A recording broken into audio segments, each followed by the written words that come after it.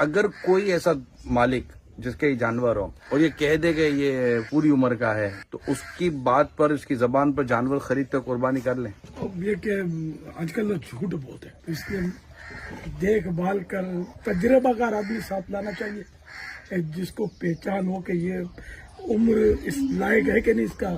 تو اس لیے بہتر یہ ہوتا ہے کہ 4 دانت کے جانور کی قربانی کی جائے، کیونکہ وہ 2 دانت میں بھی یہ پہچان ہونا مشکل ہے کہ یہ 2 دانت پورے ہیں، 2 سال کا ہے. دوسرا یہ کہ جو جانور چھٹے چرتے ہیں نا، ادھر ادھر گھاس پہ منہ مار کے کھینچتے رہتے ہیں، ان کے دودھ کے دانت جلدی گر جاتے ہیں اور بڑے دانت جلدی آتے ہیں. اور جو یہ پکی پکائی کھاتے ہیں نا، ان کے تھوڑا دیر میں آتے ہیں. جیسے ہر چیز ہم ٹھوک بجا کر لیتے ہیں، تو یہ اللہ کی عبادت کرتے ہیں جب ہم اس کو اللہ کی راہ میں قربان کرتے ہیں.